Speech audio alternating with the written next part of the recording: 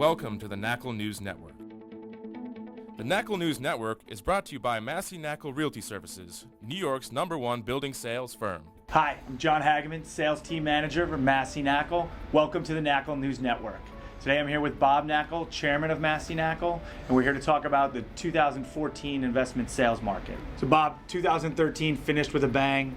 Tell us what we're going to see in 2014. To really understand the investment sales market in the city, Hags, I think we need to look back on a little perspective. Let's go back to 2007, right? $63 billion in sales, over 5,000 properties sold in the city. That dropped precipitously in 2009. Then it's been building back up, and in 2012 we had about $41 billion in sales, over 4,000 properties sold. It was a great year by all accounts, fueled mainly by the capital gains tax impact, which created additional supply of available properties. So because of this capital gains tax impact, we fully expected that 2013 was going to be a year in which the dollar volume of sales would probably not go up much, maybe be identical to what it was in 2012, but that in 2013 the number of properties sold would decline.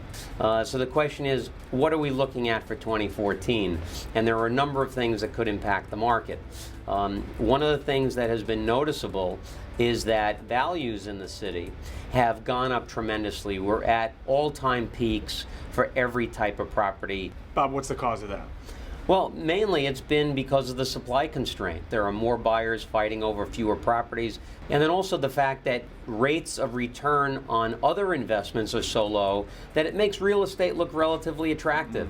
So for these reasons, there's been a tremendous amount of capital flowing into the market, exerting upward pressure on prices. But what we haven't seen is that, the things that I just mentioned that are creating this upward pressure on values are not enhancements in underlying fundamentals. So one of the things that we think we're going to see in 2014 is a tremendous increase in the underlying fundamentals. In fact, we believe that 2014 could be one of the best years.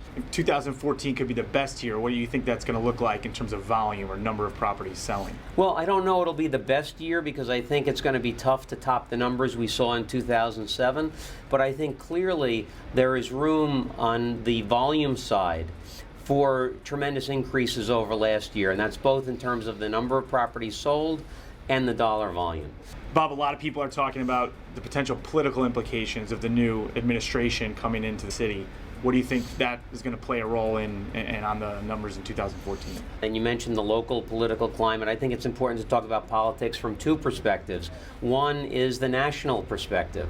And on a federal level, we don't expect there to be anything too noteworthy going on in 2014 because we're in an election year. Midterm elections are coming up in November. But what about on the local level? Well, on a local level, the impact could be more dramatic. We've had the mayor indicate that he wants significant changes to our housing policy.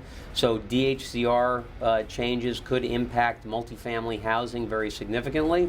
Also to the extent that budget holes need to be closed, real estate taxes could go up significantly. So those are two things that we're very concerned about on the local front. But I think that all things considered, 2014 is looking like it could be an outstanding year. In summary, we expect 2014 to be a fantastic year in New York City's investment sales market.